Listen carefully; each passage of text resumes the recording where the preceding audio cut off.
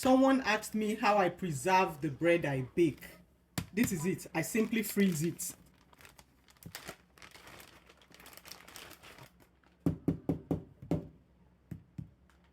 Let me show you how I warm it up.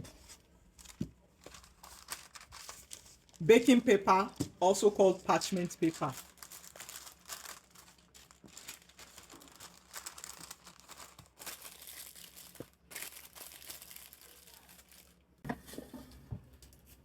Put it in the air fryer. Simply press the reheat function.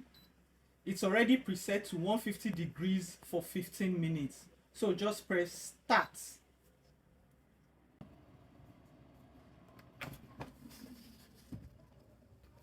My bread is ready and piping hot.